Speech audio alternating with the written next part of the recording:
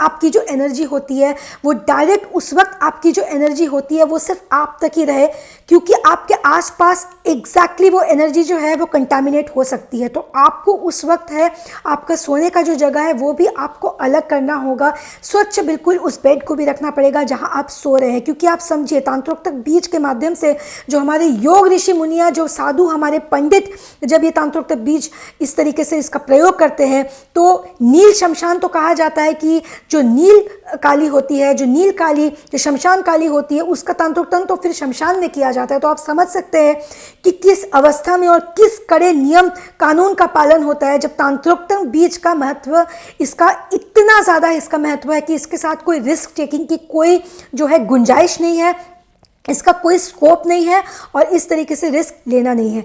एक और जो ईमेल के माध्यम से बहुत ज़्यादा मुझसे ये वाला पूछा जाता है कि क्या आप जो है वशीकरण इस माध्यम से करवाते हैं? बिल्कुल भी नहीं। अब है कि क्या इससे वशीकरण हो सकता है? बिल्कुल हाँ, वशीकरण हो सकता है। क्योंकि आज वशीकरण को हम कहते हैं कि अगर तुम किसी इंसान को मैनिफेस्ट करना चाहो तो ये स्पेल कर लो या वो स्पेल कर लो, ठीक है। आप स्पेल का नाम दें, आप मैनिफेस्टेशन का नाम दें किसी इंसान को, आप अंग्रेजी में चाहे जितने चाहे कॉन्सेप्ट या नाम दे सकते हैं, उसको प्योर कहते हैं। ये एक वशीकरण है। जब आप किसी इंसान के ऊपर, इंसान को पाने के लिए अगर ये क्रिया की जा रही है, ये प्योर वशीकरण है। और बीज अक्षरी मंत्र में वो कैपेसिटी होती है कि वो वशीकरण को उसके सही अंजाम तक पहुंचाए। तो क्यों इसको जो है मैं रेकमेंड नहीं करती? क्योंकि इसके साइड इफ़ेक्ट्स होते हैं, इसका जो अंत परिणाम होता है, इसके कॉन्सिक्वेंसेस सही नहीं होते हैं।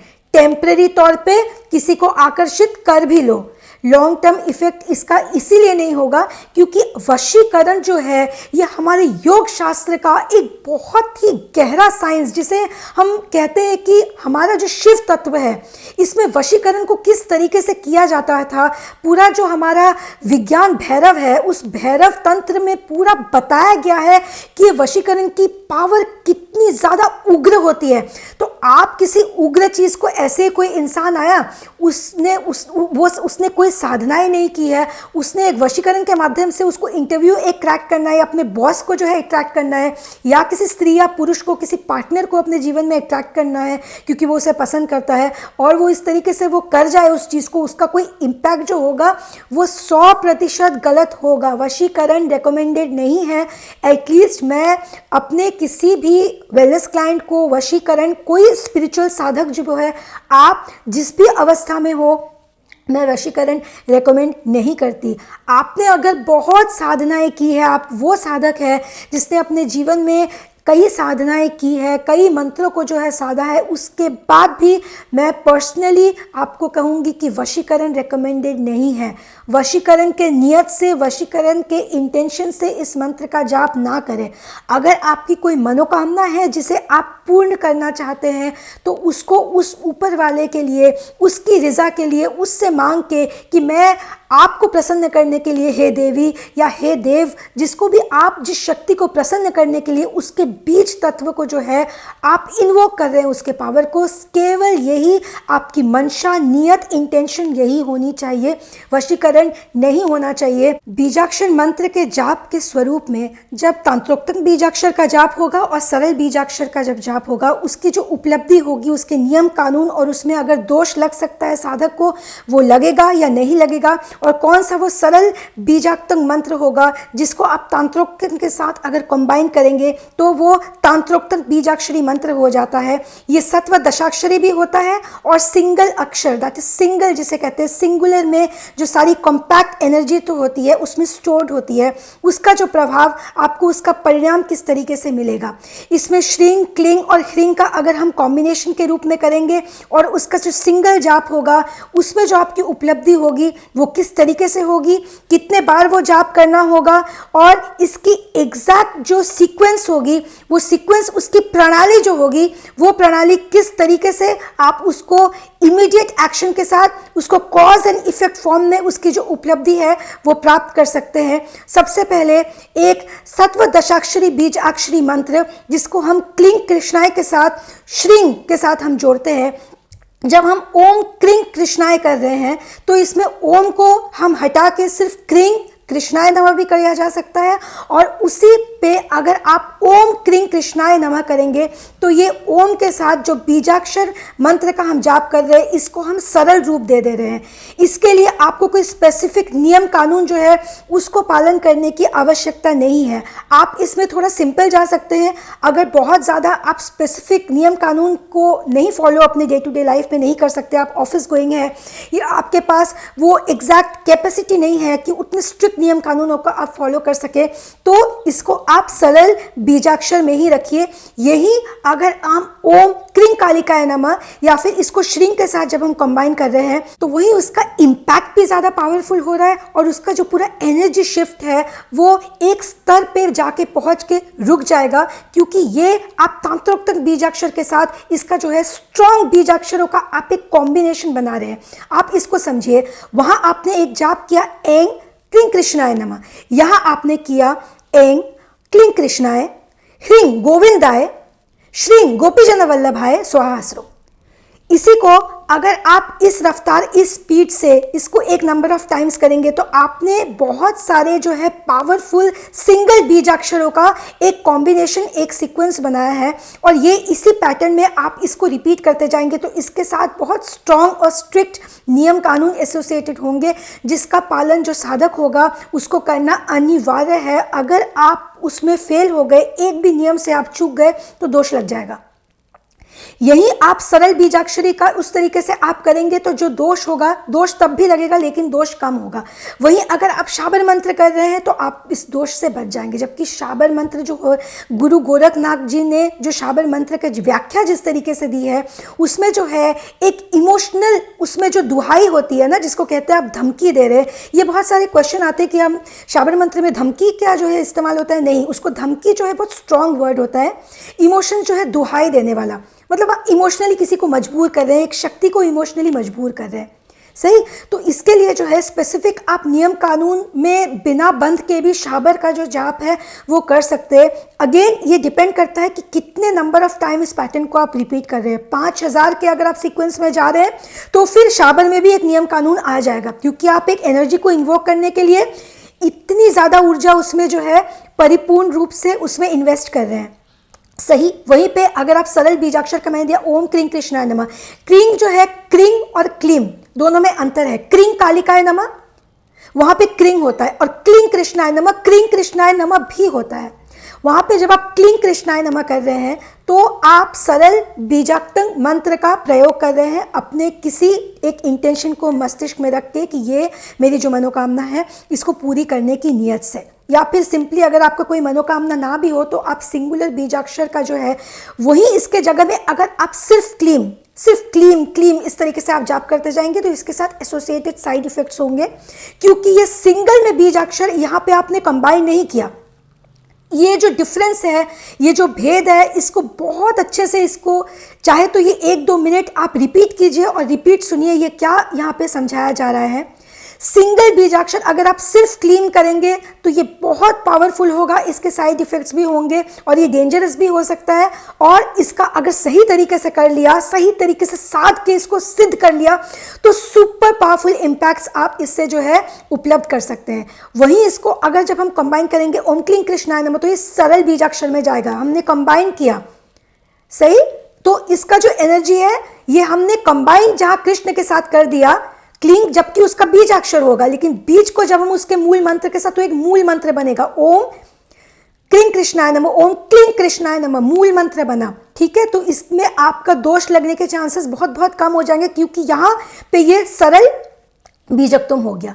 लेकिन यही जब आपने ऐं क्लीं कृष्णाय के साथ ह्रीं गोविंदाय श्रीं गोपी वल्लभाय स्वाहास्रो ये जब कर दिया तो ये पावरफुल कॉम्बिनेशन, एक सीरीज ऑफ बीज जो है, सीरीज ऑफ बीजाक्षर को आपने एक पावरफुल कॉम्बिनेशन में ये बैठ गया है। इसके साथ आपका नियम कानून अनिवार्य हो जाता है, तीन भाग में इसको प्रस्तुत किया, अगर आप इसको समझ पाए हो। पहला है सिंगुलर, दूसरा है कि जब हम बीजाक्षर को किसी देवी देवता के जो मूल है उसके साथ कंबाइन करके मूल अक्षर में उसको परिवर्तित कर दे रहे हैं, और जहां हम मल्टीपल बीजाक्षर, क्योंकि ओम क्लीं कृष्णाय में सिंगल बीज का इस्तेमाल हुआ है, जबकि ये 22 अक्षरी जो श्री कृष्ण क्लिंग मंत्र बताया, जिसमें आपने आप ह्रीं का इस्तेमाल कर रहे हैं, ह्रीं का प्रयोग कर रहे हैं, किसके साथ?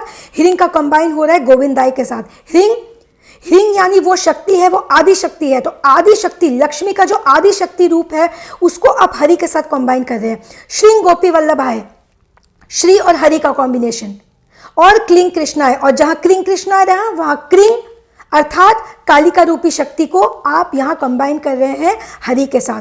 तो ये जो मल्टीपल कॉम्बिनेशंस बैठता है, इसका जो इफेक्ट भी है, ये फ्रीक्वेंसी उसी अनुसार जनरेट करेगी। इसके साथ बहुत स्ट्रिक्ट नियम कानून होते हैं। इस 22 अक्षरी श्री कृष्ण मंत्र में जो साधक होता है उसको वागीशत्व की प्राप्ति होती है। सरल भाषा में अगर समझाऊं तो स्पीच एम्पावरमेंट। आपकी जो भी स्पीच और एबिलिटी है, मान लीजिए आप ऑफिस में एक प्रेजेंटेशन कर रहे हैं, आप एक प्रोजेक्ट को रिप्रेजेंट कर रहे हैं, एक कंपनी को रिप्रेजेंट कर रहे हैं, इंटरव्यू क्रैक कर रहे हैं, डे टू डे लाइफ में आपकी जो कॉन्वर्सेशन आप होल्ड कर रहे हैं, कंडक्ट कर रहे हैं, तो उस स्पीच का एम्पावरमेंट वागीशत्व अर्थात वाणी को उत्तेज, उसमें जो तेज है उसकी प्राप्ति जो साधक को है वो इस 22 अक्षरी पावरफुल कृष्ण मंत्र से होती है। एंग के साथ एंग अर्थात सरस्वती का कंबाइन, एंग क्लीं कृष्णाय अर्थात एंग से सरस्वती तत्व को आप जागृत कर रहे हैं, और उसके साथ कंबाइन कर रहे हैं क्लीं कृष्णाय के माध्यम से आप जो कृष्ण तत्व है, जो अट्रैक्शन का तत्व है, उसको फर्दर आप कंबाइन कर रहे हैं ह्रीं गोविंदाय। ह्रीं गोविंदाय जो है आदि शक्ति का तत्व को आप उसमें ट्रिगर कर रहे हैं, और उसके साथ फाइनल कॉम्बिनेशन आप श्री और हरि का कर रहे हैं श्री गोपी वल्लभाई के साथ। तो ये 22 अक्षरी जो मंत्र है, ये एक तरीके से आपके स्पीच पे जो है उसका प्रभाव जो है वो वास करेगी, तब तक नहीं जब तक आप इसका जाप करेंगे, लेकिन जाप कंप्लीट होने के बाद से, क्योंकि जाप कंप्लीट होने के बाद आपका जो है आप अपने स्पीच में, अपनी फ्लुएंसी में आप एक ऑरा को महसूस करेंगे, उसको अनुभव करेंगे, और वो जो ऑरा है आपके ऊपर एक लिमिटेड पीरियड तक काम करेगी। एक बार कर लिया आपने एक नंबर ऑफ टाइम्स जाप, या आपने मान लीजिए इसका जाप 300 से 500 से लेके 1000 बार भी अगर कर लिया, तो ये एक लिमिटेड टाइम तक ही आप पर काम करेगी। उसके बाद आपको इसमें रिपीट मोड में जाना पड़ेगा। वहीं अगर कोई सदा हुआ साधु जिसने साध लिया है इस मंत्र को, उसको एक बार इसको करने के बाद उसके तरफ बहुत बहुत बहुत लॉन्ग टर्म तक इसका इम्पैक्ट इसीलिए रहेगा क्योंकि वो जिस मानसिक अवस्था में होगा, वो जिस उच्च लेवल के मानसिक अवस्था को प्राप्त होगा, मनुष्य नॉर्मल रूप में, normal day to day office going person या कोई हाउसवाइफ हो, तो उसकी जो मनोस्थिति होती है वो उतना सधा हुआ नहीं रहता है। यही वो कारण होता है कि ज़रूरत से ज़्यादा बार इसका जाप ना करें, क्योंकि अगर आपने ज़रूरत से ज़्यादा बार इसका जाप किया भी तो उसका प्रभाव उस पर्टिकुलर लिमिटेड टाइम तक ही रहेगा। उसके बाद वापस से स्पीच एम्पावरमेंट को ध्यान में रख के जब आप ये क्रिया करेंगे तो ये क्रिया रेपिटेशन मोड में आपको करना पड़ेगा। फिर वापस से आपको अगर इसका इम्पैक्ट ग्रहण करना हुआ तो नियम कानून की अगर बात करें तो ये, क्योंकि ओम हन हनुमते नमः में हन का जो बीज मंत्र है या फ्रॉन्ग का आप इस्तेमाल करेंगे, प्रयोग करेंगे, तो उस बीज के साथ आपका ब्रह्मचार्य बिल्कुल कंपलसरी हो जाएगा। ओम क्रीं कालिकाय नमः या ओम ह्रीं क्लीं चामुंडाय विच्चे, तो यहाँ आप तांत्रोक्तक बीज में जा रहे हैं। तांत्रोक्तक बीज में जहां आप गए, ब्रह्मचार्य का पालन जो भी लेडीज है, जेंट्स है, सबके लिए ब्रह्मचार्य का पालन बिल्कुल कंपलसरी हो जाता है। कुछ मंत्र सिर्फ कुंवारी स्त्री नहीं कर सकती और कुछ मंत्र कुंवारी स्त्री भी कर सकती है, और शादीशुदा जहाँ स्त्रियों की बात हुई तो वो तांत्रोक्तक बीज का भी कर सकती है जाप, और अगर जो सरल बीज और जो मूल बीज अक्षरी मंत्र है उसका तो वो कर ही सकती है। भोजन जो रहेगा तांत्रोक्तक बीज अक्षर का जब आप करेंगे तो बिल्कुल आपको सात्विक भोजन ही करना है। किसी भी किस्म का आपको जो है इसमें नॉनवेज ग्रहण नहीं करना है, क्योंकि यहाँ तांत्रोक्तक बीज की जप की बात हो रही है। और यहाँ तक कि सात्विक भोजन में भी अगर आप तांत्रोक्तक जिसको बीज मंत्र बोल रहे हैं उसको जा रहे हैं, उसका कॉम्बिनेशन आपने सरल या मूल बीजाक्षरी के साथ नहीं किया है, प्योर तांत्रोक्तक बीजाक्षरी का, जैसे आप क्लीम क्लीम क्लीम इसका जाप कर रहे हैं, ओम ह्रीं क्लीं चामुंडाय विच्चे, ओम ह्रीं श्रीं हुम फट, इस तरीके से अगर आप कोई प्योर तांत्रोक्तंग, जिसका नेचर और प्रवृत्ति जो एनर्जी होगी वो रॉ प्योर तांत्रोक्तंग बीजाक्षरी मंत्र होगा। उसमें सात्विक खाने में भी प्याज लहसुन तक का आपको पूरे तरीके से त्याग करना है, सिर्फ वेज खाने से नहीं चलेगा। उस लिमिटेड पीरियड में आप नॉर्मल जो अपने बेड में आप सोते हैं, आप नॉर्मल बेड में, क्योंकि उसमें क्लेनलीनेस जो होती है, स्वच्छ का, कि उतना ज़्यादा ध्यान, एक घरेलू जीवन जब जी रहे होते हैं तो उतना ज़्यादा साफ, बच्चे भी रहते हैं बेड में, बहुत सारी चीज़ें होती है, तो उतना ज़्यादा स्वच्छता का ध्यान नहीं रखा जा सकता है। इस पर मैं पहले भी आपको बता चुकी हूँ बहुत बार कि इसके क्या कॉन्सिक्वेंसेस होते हैं। इसके कॉन्सिक्वेंसेस सही नहीं होते हैं। टेम्प्रेरी बेनिफिट के लिए आप कैरिड अवे ना हो जाए, वशीकरण के नियत से प्रयोग ना करें। सवाल आता है कि वशीकरण होता है या नहीं।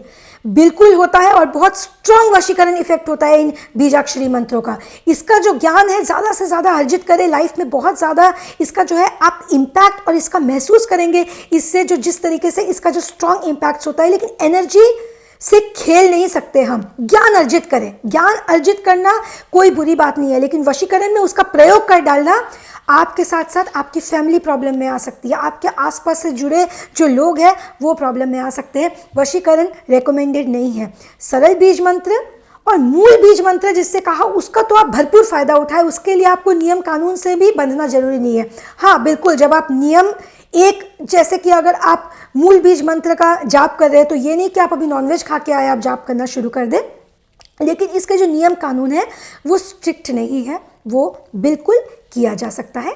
ड्रेड 41 डेज का life changing course, life changing experience. जब मोहताज नहीं तो फिर गुलामी कैसी। ड्रेड।